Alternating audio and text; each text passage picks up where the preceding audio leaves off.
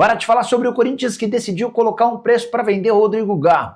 Contei para vocês com exclusividade nos últimos dias que dentro do Corinthians há a avaliação de que por conta de um problema crônico no joelho, dificilmente o Garro será competitivo como foi na temporada passada. E o ano de 2025 tem mostrado isso. O Garro só esteve em 26 jogos do Timão, vai ficar fora mais uma vez agora contra o Flamengo por conta de um problema na panturrilha. Isso significa que o Garro não esteve à disposição e nem em metade dos jogos do Corinthians em 2025. E é por isso que hoje, embora não admita publicamente, o presidente Osmar Stabile vai aceitar propostas para vender o Garro. A grande novidade vem agora. Já está estabelecido um valor fixo para que o Corinthians possa cogitar negociá-lo. O Timão quer pelo menos recuperar a grana investida quando da compra junto ao Tadieres. Na oportunidade, o negócio foi fechado em 4,5 milhões de euros. Mas como o Corinthians não pagou o Tadieres, a dívida com o clube argentino vai girar na casa dos 27 milhões de reais, com juros e correções. Então, para que o Garro seja vendido, o Corinthians quer pelo menos recuperar o investimento.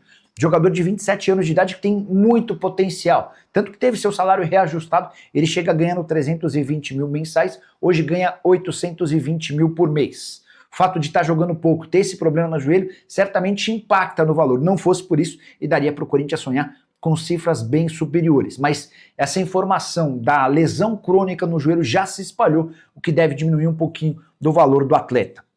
É óbvio que o Corinthians já esteve perto de fazer negócios melhores. O Zenit da Rússia chegou a oferecer 10 milhões de euros para levá-lo no mês de fevereiro. Na oportunidade, o Garro pediu para ser negociado por entender que seria o negócio da vida dele, a chance de fazer um dinheiro depois de muito tempo. Ele não conseguiu se tornar rico até se mudar para o Brasil. A verdade é que hoje o Corinthians espera por propostas pensando na venda do Garro para a próxima temporada. Antes de fechar sobre o Timão, só lembrar que além do Zenit, River Plate e Boca Juniors também demonstraram intenção em fechar com o jogador.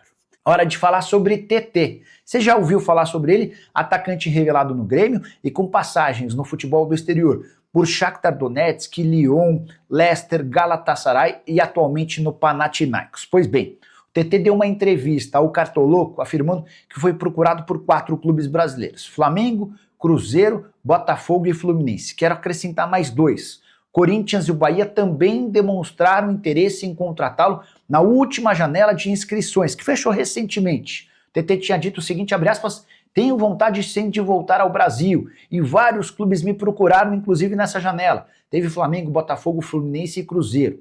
Os outros 2 que eu citei, Corinthians e Bahia, procuraram os representantes do atleta dispostos a contratá-lo. Mas não houve acordo, Panathinaikos não tem a intenção de vendê-lo, até porque gastou 15 milhões de euros em sua aquisição junto ao Galatasaray. E aqui vem a notícia exclusiva e importante. É grande a chance, apesar de o TT demonstrar vontade de voltar ao Brasil, de ele se mudar para a Arábia Saudita. É que o Neon, um dos novos ricos do futebol saudita, já acenou com a possibilidade de pagar até 50 milhões de euros em janeiro para contratar o atleta. Com um detalhe importante, a mudança para a Arábia Saudita permitiria ao TT mais do que triplicar seus vencimentos na comparação com o seu salário atual. Algo completamente fora da realidade do futebol brasileiro.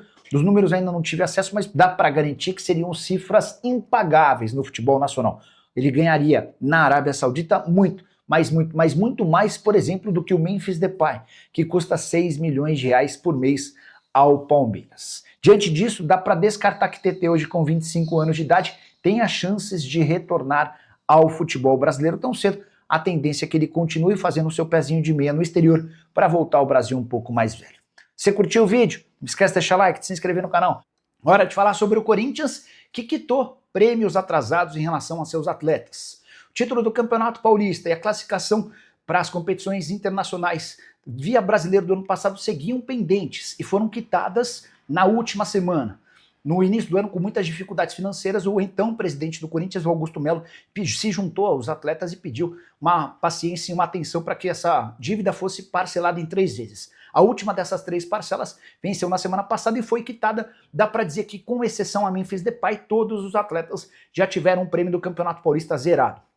O Memphis necessitou de uma condição especial, até porque o contrato dele previa o pagamento de 4 milhões e 700 mil, uma baita grana muito acima de todo o restante do elenco.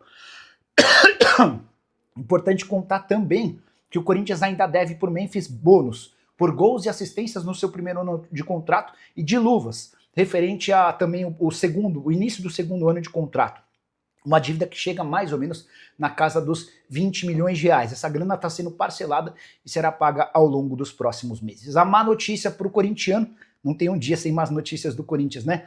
Diz respeito a mais uma condenação agora na FIFA. A principal entidade de futebol reconheceu uma dívida que o Corinthians tem com um time chamado Philadelphia Union. Essa equipe dos Estados Unidos cobrava o não pagamento pela venda de José Martínez. O Corinthians comprou o venezuelano por $1.700.000. Pagou $200.000 à vista e os outros 1,5 milhão seriam quitados em 3 vezes. Adivinha quantas dessas parcelas o Corinthians quitou? Nenhuma. E aí o Philadelphia Union foi cobrar isso na FIFA, que reconheceu a dívida. Hoje o Corinthians deveria quitar algo na casa dos 8 milhões de reais, mas vai preferir recorrer à Corte Arbitral do Esporte. A tendência é que a Corte Arbitral efetue mais uma punição ao Corinthians, só que o Timão ganha tempo para fazer esse pagamento, embora esses 8 milhões de reais certamente vão ultrapassar 10 milhões até que o julgamento seja concluído. Corinthians que já deve hoje 82 milhões de reais em processos na Corte Arbitral do Esporte, 41 milhões ao Santos Laguna pelo Félix Torres, mais 41 milhões de reais a Matias Rojas. Bora fechar o vídeo para falar sobre o Corinthians, que já queimou 50 milhões de reais adiantados junto à Nike. Vale a lembrança de que o Corinthians assinou recentemente a prorrogação do contrato com a fornecedora de material esportivo. O novo vínculo só se encerra em 2035 e a Nike decidiu adiantar 50 milhões de reais. Pois bem, a grana foi totalmente utilizada, com premiações de atletas no valor de 12 milhões de reais, com direitos de imagem atrasados e até com fundo de garantia em atraso. Sim, o Corinthians tinha pendências com o fundo de garantia de seus atletas, o que prevalece, o que equivale a crime. Porque se você recolhe o dinheiro do atleta na hora do pagamento para o fundo de garantia e não repassa para o pagamento, isso equivale a um crime. Só para registrar também que o Corinthians ficou de pagar a Memphis Depay pelos 11 milhões de reais em bônus atrelados a gols e jogos. Esse pagamento vai ser feito em 6 parcelas mensais de 1 milhão de reais. Em fevereiro, o Corinthians paga mais 5 milhões de reais à vista. Todas as informações sobre o dinheiro da Nike foram divulgadas pelo jornalista Samir Carvalho. O que você pensa sobre o atual momento do Corinthians, que já tem quase 120 milhões de reais em condenações na FIFA? São 2 transfer bans aplicados por conta de decisões da Corte Arbitral do Esporte. Lado financeiro alvinegro vai muito mal. Já usa o espaço para comentário para registrar sua opinião. Só não esquece de deixar like, se inscrever no canal.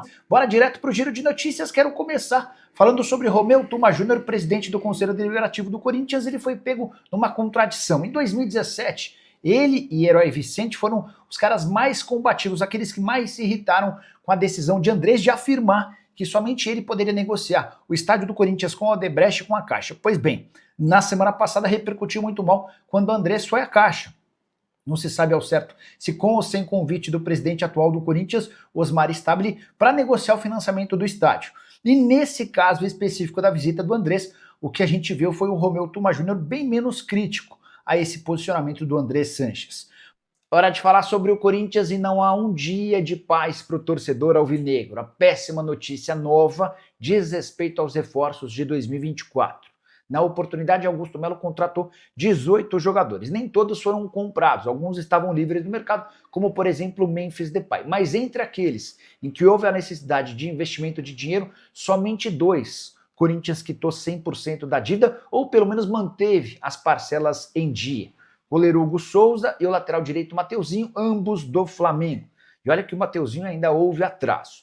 Todos os demais reforços não tiveram com seus compromissos cumpridos. Casos de Ranieri, Félix Torres, Rodrigo Garro, Pedro Raul, José Martínez, Matias Rojas e Maicon. Alguns desses casos, inclusive, já se transformaram em processos e derrotas na FIFA. O Corinthians tem 5 condenações contra si da FIFA e outras 2 condenações em definitivo na Corte Arbitral do Esporte. Voltando aos atletas que o Corinthians não pagou. 2 desses casos são os piores.